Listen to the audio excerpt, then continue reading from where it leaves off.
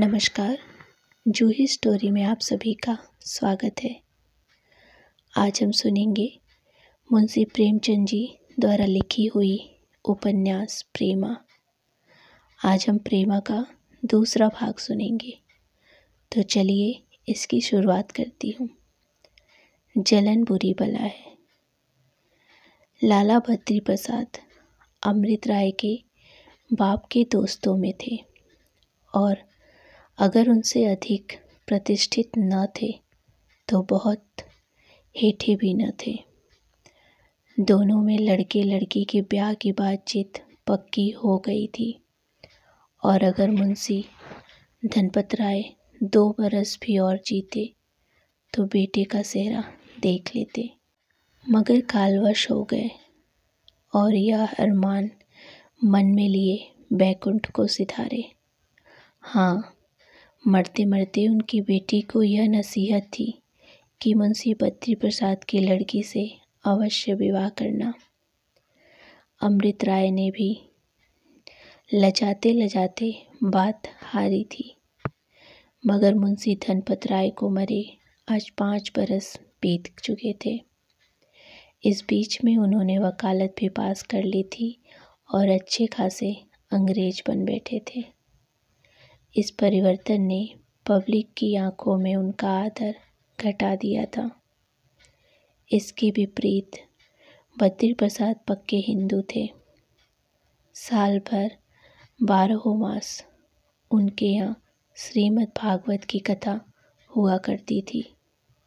कोई दिन ऐसा न जाता कि भंडार में 150 साधुओं का प्रसाद न बनता हो।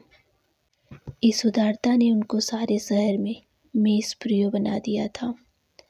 प्रतिदिन भोर होते ही वह गंगा स्नान को पैदल जाया करते थे और रास्ते में जितने आदमी उनको देखते सब आदर से सर झुकाते थे और आपस में कानाफूसी करते थे कि दुखियारों का यह दाता सदा फलता फूलता रहे।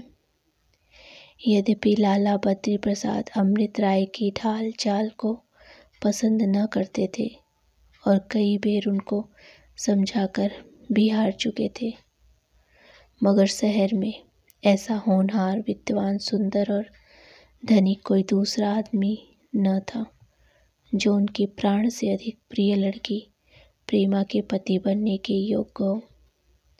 इस कारण वे बेबस हो रहे थे। लड़की अकेली थी, इसीलिए दूसरे शहर में ब्याह भी न कर सकते थे। इस लड़की के गुण और सुंदरता की इतनी प्रशंसा था कि उस शहर के सभी रईस उसे चाहते थे। जब किसी कामकाज के मौके पर प्रेमा 16 श्रृंगार करके जीती तो जितनी और स्त्रियां वहाँ होती उनके पैरों तले आंखें बिछाती। बड़ी बूढ़ी औरतें कहा करती थी कि ऐसी सुंदर लड़की कहीं देखने में नहीं आई, और जैसी प्रेमा औरतों में थी वैसे ही अमृत राय मर्दों में थे। ईश्वर ने अपने हाथ से दोनों का जोड़ा मिलाया था। हाँ, शहर के पुराने हिंदू लोग इस विवाह के खिलाफ थे। वे कहते थे कि अमृत राय सर्वगुण अगर सही मगर है तो ईसाई, उनसे प्रेमा जैसी लड़की का विवाह करना ठीक नहीं है। मुंशी जी के नातेदार लोग भी इस शादी के विरुद्ध थे। इसी खींचातान में 5 बरस बीत चुके थे। अमृत राय भी कुछ बहुत उद्यम न मालूम होते थे, मगर इस साल मुंशी बद्री प्रसाद ने भी हियाव किया और अमृत राय भी मुस्तैद हुए और विवाह की साइट निश्चय की गई। अब दोनों तरफ तैयारियां हो रही थी। प्रेमा की माँ अमृत राय के नाम पर बिकी हुई थी और लड़की के लिए अभी से गहने पाते बनवाने लगी थी कि निदान आज यह महाभयानक खबर पहुंची कि अमृत राय ईसाई हो गया और उसका विवाह किसी मेम से हो रहा है। इस खबर ने मुंशी जी के दिल पर वही काम किया जो बिजली किसी हरे भरे पेड़ पर गिरकर करती है। वे बूढ़े तो थे ही, इस धक्के को न सह सके और पछाड़ खाकर जमीन पर गिर पड़े। उनका बेसुध होना था कि सारा भीतर बाहर एक हो गया। तमाम नौकर जाकर अपने पराये इकट्ठे हो गए और क्या हुआ का शोर मचने लगा। अब जिसको देखिए यही कहता फिरता है कि अमृत राय ईसाई हो गया है। कोई कहता है थाने में रपट करो, कोई कहता है चलकर मारपीट करो। बाहर से दम में अंदर खबर पहुंची। वहाँ भी कोहराम मच गया। प्रेमा की माँ बेचारी बहुत दिनों से बीमार थी और उन्हीं की जिद थी कि बेटी की शादी जहाँ तक जल्दी हो जाए अच्छा है। यद्यपि वह पुराने विचारों की बूढ़ी औरत थी और उनको प्रेमा का अमृत राय के पास प्रेम पत्र भेजना एक आंख न भाता था। तथापि जब से उन्होंने उनको एक बार अपने आंगन में खड़े देख लिया था, तब से उनको यही धुन सवार थी कि मेरी आंखों की तारा का विवाह हो तो उन्हीं से हो। वह इस वक्त बैठी हुई बेटी से बातचीत कर रही थी कि बाहर से एक खबर पहुंची। वह अमृत राय को अपना दामाद समझने लगी थी और कुछ तो न हो सका। बेटी को गले लगाकर रोने लगी। प्रेमा ने आंसू को रोकना चाहा मगर रोक न सकी। उसकी बरसों की संचित आशा रूपी बेल क्षण मात्र में ही कुम्हला गई। हाय, उसे रोया भी न गया। चित्त व्याकुल हो गया। माँ को रोती छोड़ वह अपने कमरे में आई। चारपाई पर धम से गिर पड़ी। जबान से केवल इतना निकला कि नारायण, अब कैसे जीऊंगी, और उसके भी होश जाते रहे। तमाम घर की लौड़ियाँ उस पर जान देती थी। सबकी सब एकत्र हो गई और अमृत राय को हत्यारे और पापी की पदवियाँ दी जाने लगी। अगर घर में कोई ऐसा था कि जिसको अमृत राय के ईसाई होने का विश्वास न आया हो तो वह प्रेमा के भाई बाबू कमला प्रसाद थे। बाबू साहब बड़े समझदार आदमी थे।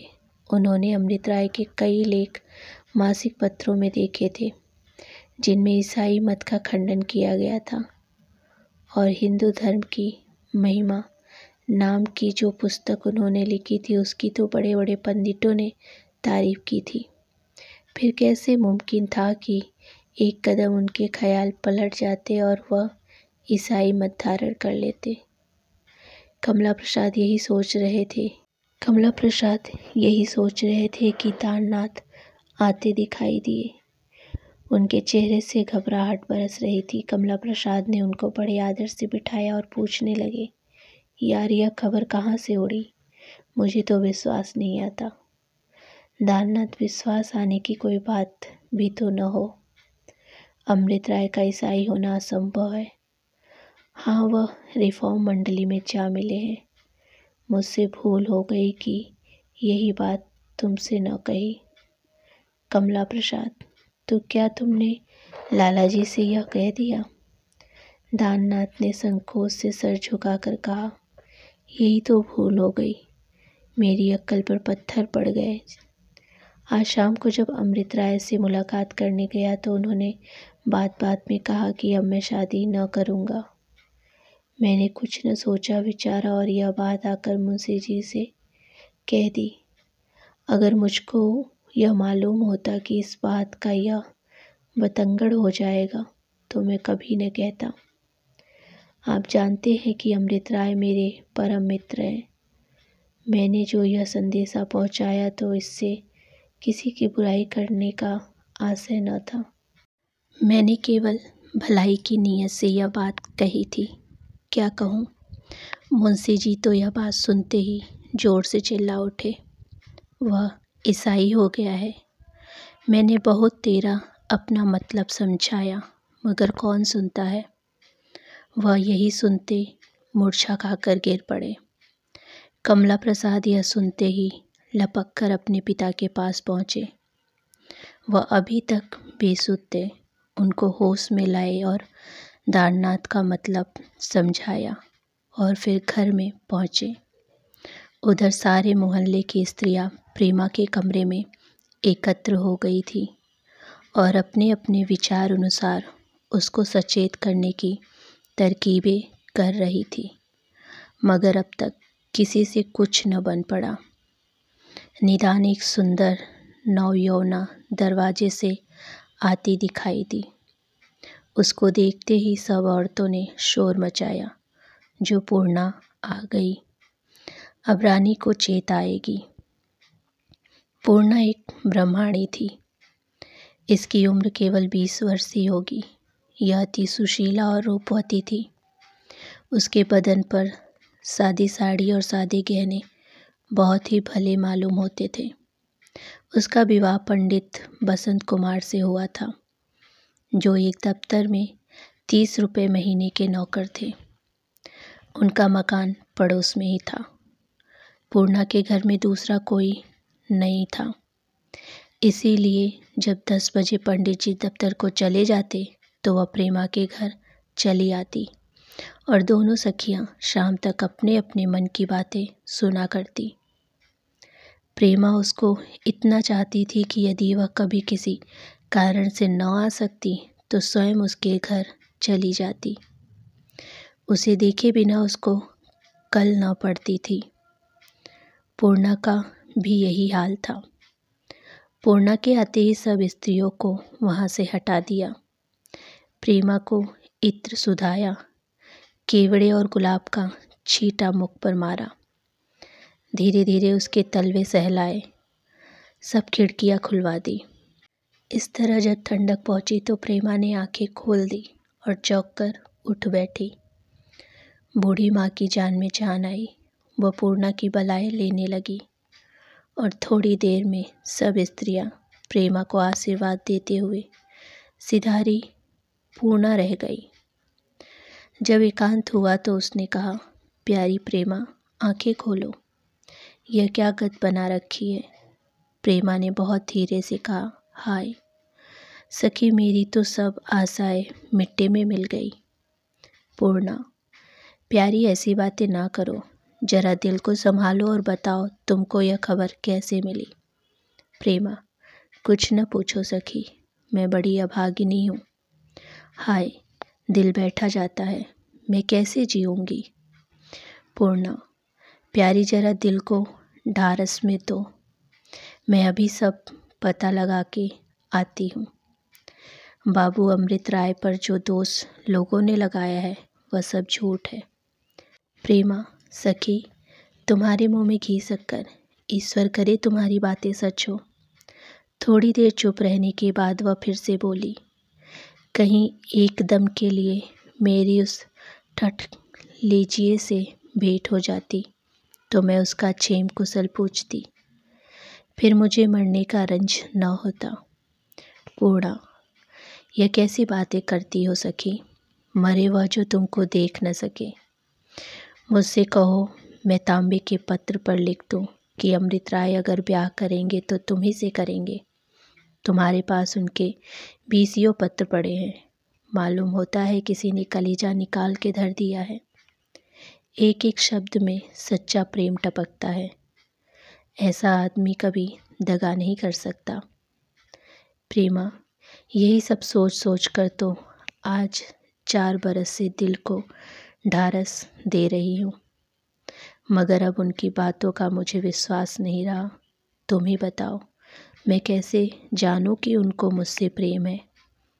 आज 4 बरस के दिन बीत गए, मुझे तो एक एक दिन काटना दुभर हो रहा है और वह कुछ खबर ही नहीं होती उनकी। मुझे कभी उनके इस टालम टोल पर ऐसी झुल्लाहट होती है कि तुमसे क्या कहूँ। जी चाहता है उनको भूल जाऊँ, मगर कुछ बरस नहीं चलता। दिल बेहा हो गया है। यहाँ भी यही बातें हो रही थी कि बाबू कमला प्रसाद कमरे में दाखिल हुए। उनको देखते ही पूर्णा ने घूंघट निकाल ली और प्रेमा ले भी चट आँखों से आंसू पोंछ लिए और संभल बैठी। कमला प्रसाद, प्रेमा, तुम भी कैसी नादान हो, ऐसी बातों पर तुमको विश्वास क्यों कर आ गया। इतना सुनना था कि प्रेमा का मुखड़ा गुलाब की तरह खिल गया। हर्ष के मारे आंखें चमकने लगी। पूर्णा ने आहिस्ता से उसकी एक उंगली दबाई। दोनों के दिल धड़कने लगे कि देखे यह क्या कहते हैं। कमला प्रसाद। बात केवल इतनी हुई कि घंटा भर हुआ। लाला जी के पास बाबू दाननाथ आए थे। शादी ब्याह की चर्चा होने लगी तो बाबू साहब ने कहा कि मुझे तो बाबू अमृत राय के इरादे इस साल भी पक्के नहीं मालूम होते।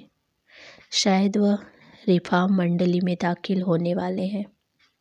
बस इतनी सी बात लोगों ने कुछ का कुछ समझ लिया। लाला जी इधर बेहोश होकर गिर पड़े। अम्मा उधर बदहवास हो गई। अब जब तक उनको संभालूं फिर सारे घर में कोलाहल होने लगा। ईसाई होना क्या कोई दिल लगी है? और फिर उनको इसकी ज़रूरत ही क्या है? पूजा पाठ तो वह करते नहीं, तो उन्हें क्या कुत्ते ने काटा है कि अपना मत छोड़कर नक्कू बने।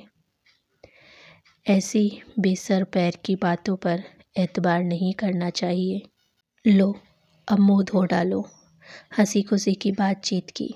मुझे तुम्हारे रोने धोने से बहुत रंज हुआ। यह कहकर बाबू कमला प्रसाद बाहर चले गए और पूर्णा ने हंसकर कहा, सुना कुछ? मैं जो कहती थी वह सब झूठ है। ये अब मुंह मीठा करवाओ। प्रेमा ने प्रफुल्लित होकर पूर्णा को छाती से लिपटा लिया और उसके पतले पतले होठों को चूमकर बोली, मुंह मीठा हुआ या और लोगी? पूर्णा, यह मिठाइयाँ रख छोड़ो उनके वास्ते जिनकी निठुराई पर अभी कूड़ रही थी। मेरे लिए तो आगरा वाले की दुकान की ताज़ी ताज़ी अमृतियाँ चाहिए। प्रेमा, अच्छा अब उनको चिट्ठी लिखूंगी तो लिख दूंगी कि पूर्णा आपसे अमृतियाँ मांगती है। पूर्णा, क्या तुम लिखोगी? हाँ, मैं आज का सारा वृतांत लिखूंगी।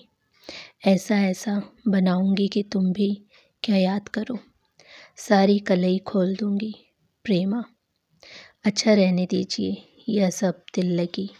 सच मानो पूर्णा, अगर आज की कोई बात तुमने लिखी तो फिर मैं तुमसे कभी न बोलूँगी। पूर्णा, बोलो या न बोलो मगर मैं लिखूँगी ज़रूर।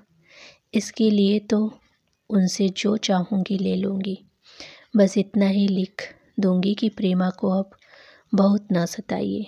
प्रेमा, अच्छा लिखिएगा तो देखूँगी। पंडित जी से कहकर वह दुर्गत करवाऊँगी कि सारी शरारत भूल जाओ। मालूम होता है उन्होंने तुम्हें बहुत सर चढ़ा रखा है। अभी दोनों सखियाँ भी भर कर खुश न हो पाई थी कि उनको रंज पहुँचाने का फिर समान हो आया।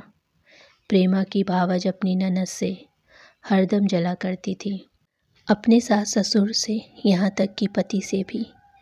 कद्र रहती कि प्रेमा में ऐसी कौन से चांद लगे कि सारा घराना उन पर निछावर होने को तैयार रहता है। उनका आदर सब क्यों करते हैं? मेरी बात तक कोई नहीं पूछता। मैं उनसे किसी बात में कम नहीं हूँ। गोरेपन में, सुंदरता में, श्रृंगार में मेरा नंबर उनसे बराबर बढ़ा चढ़ा रहता है। हाँ, वह पढ़ी लिखी है, मैं बौरी इस गुण को नहीं जानती। उन्हें तो मर्दों में मिलना है, नौकरी चाकरी करना है। मुझ बेचारी के भाग में तो घर का काम काज करना ही बता है। ऐसी निर्लज लड़की, अभी शादी नहीं हुई मगर प्रेम पत्र आते जाते हैं, तस्वीरें भेजी जाती हैं। अभी 8-9 दिन होते हैं कि फूलों के गहने आए हैं। आंखों का पानी मर गया है और ऐसे कुलवंती पर सारा कुनबा जान देता है। प्रेमा उनके ताने और उनकी बोली ठोलियों को हंसी में उड़ा दिया करती थी और अपने भाई की खातिर भावज को खुश करने की फिक्र में रहती थी। मगर भाभी का मुँह उससे हरदम फूला रहता। आज उन्होंने ज्यों ही सुना कि अमृत राय ईसाई हो गए हैं, तुम्हारी खुशी की फूली नहीं समाई।